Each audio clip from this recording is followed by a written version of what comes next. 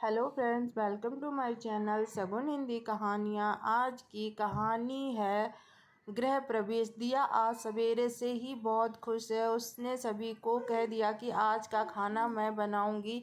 सुबह से ही रसोई में लगी हुई थी। उसके पति पवन और उसके बड़े भाई भाभी धीरज रीमा सबने दिया पूछ कि हम भी तो बताओ आज कौन आने वाला है।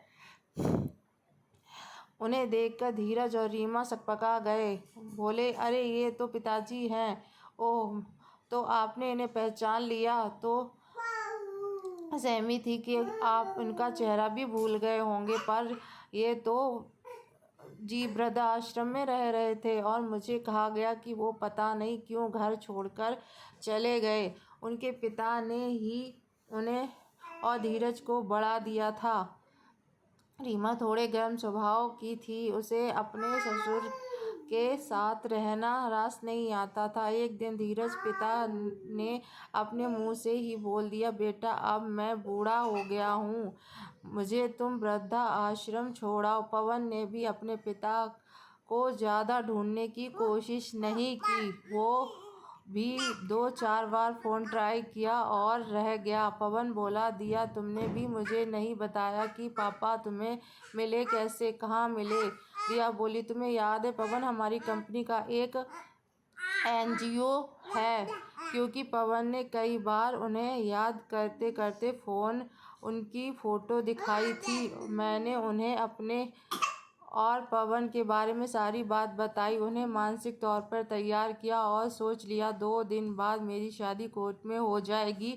तब पिताजी को अपने साथ उनके ही घर में उनको सम्मानपूर्वक लेकर जाऊंगी, तभी इस घर में मेरा गृह प्रवेश होगा। दिया के मुंह से ये बात सुनकर धीरज रीमा दोनों को बहुत दुख हुआ। वह दोनों शर्मिंदा भी हुए। धीरज आगे बढ़कर पिताजी के पैर छूते हुए बोला, आपसे माफ़ी मांगने के लायक भी नहीं हूँ पिताजी। सब लोग कहते हैं कि बहुओं की वजह से माता पिता वृद्धा आश्रम जाते हैं, पर वो ये क्यों भूल जाते हैं कि उम्र भर वो अपने बेटों को बड़ा करते हैं और अपने बेटे माता पिता को अपनी ही पत्नी के बीच में थोड़ा संतुलन क्यों नहीं रख पाते, क्योंकि नहीं थोड़ा सामंजस्य बैठाने की कोशिश करते। सारा दोष बहुओं को दे दिया जाता है। आज मैं समझ गया पिताजी, बस एक बार मुझे माफ़ कर दीजिए। मैं कभी भी आपको शिकायत का मौका नहीं दूंगा।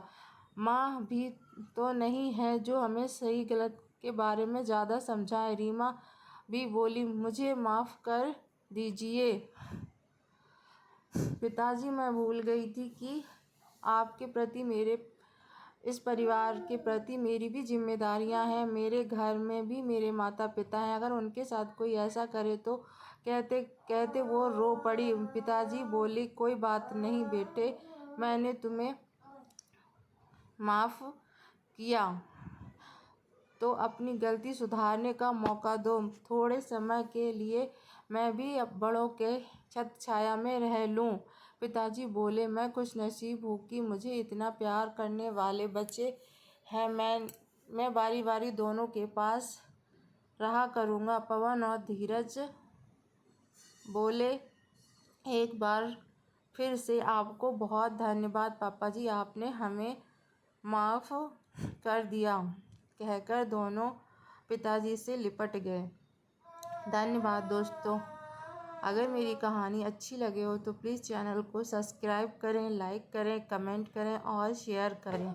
शगुन हिंदी कहानियाँ। धन्यवाद।